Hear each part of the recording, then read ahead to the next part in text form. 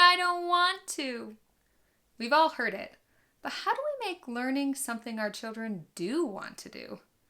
I'm Amanda Hasty, mother and teacher, and today we're going to talk about 7 tips for motivating our children to learn. And don't forget to hit the subscribe button for more great educational content and tips.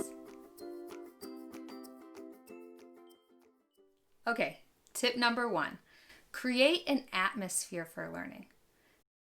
This means to turn the TV off, quiet the room down, maybe turn on some calm music, but you want to do this about 10 to 15 minutes before you expect the learning to happen. Kind of set the mood, set the atmosphere. It's also good to keep the room tidy, organized. If your child knows where things are and has everything set up for their learning, it will be a whole lot easier to not have distractions. And the last thing about atmosphere is you want everyone in the room to be doing learning. If your child sees someone else who's talking or playing, it's really hard for them to focus on their learning. Tip number 2 is to let your child choose. Having choice is really motivating.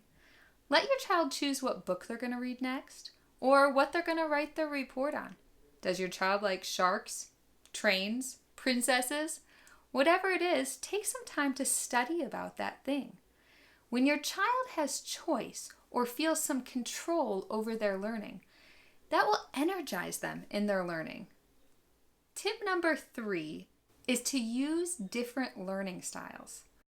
Now, if you Google learning styles or multiple intelligences, you'll see 8 of them. And that's great if you want to incorporate all 8.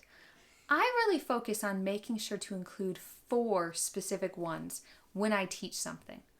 The first one I want to focus on is visual learning.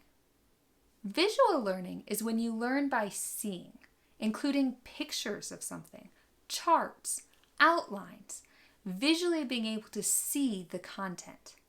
The second one that I like to focus on is verbal learning.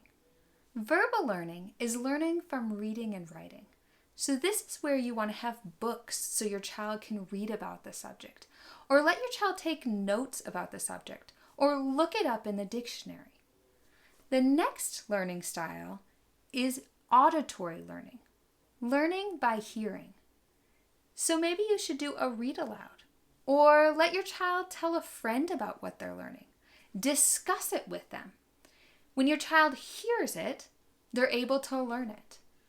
The fourth learning style I really like to focus on is physical learning, learning by doing.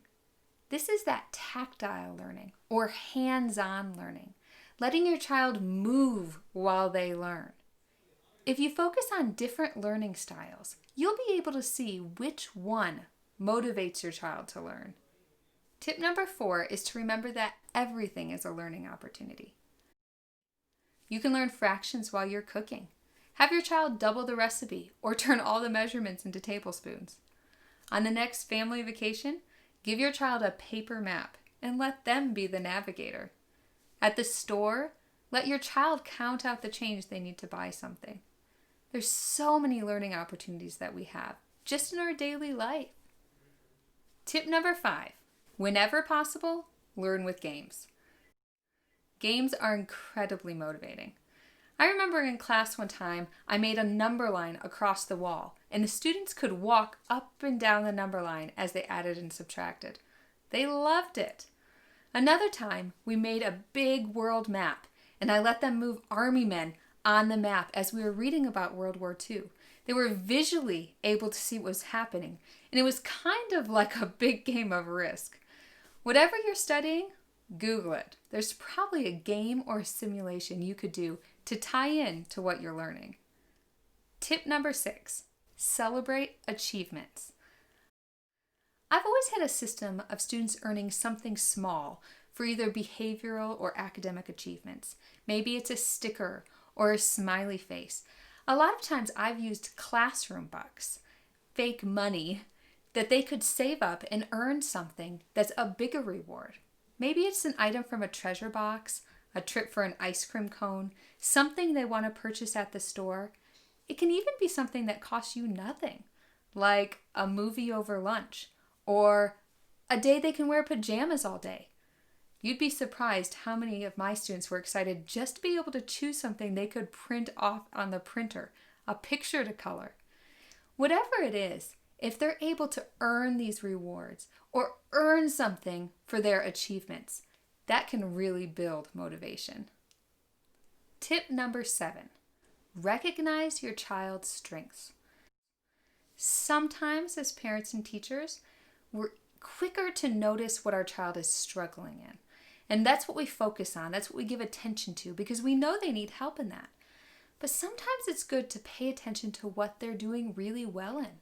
Give them some extended learning time in that area.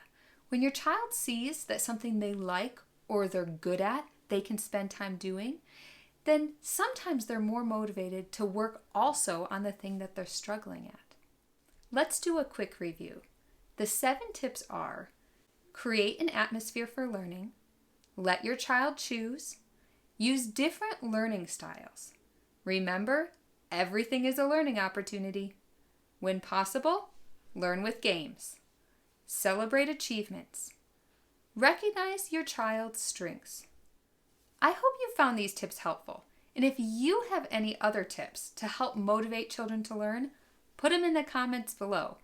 Let's all help each other out. Share some tips. I'm sure I can learn a lot from you guys too. And don't forget to like and subscribe. It helps me out a lot.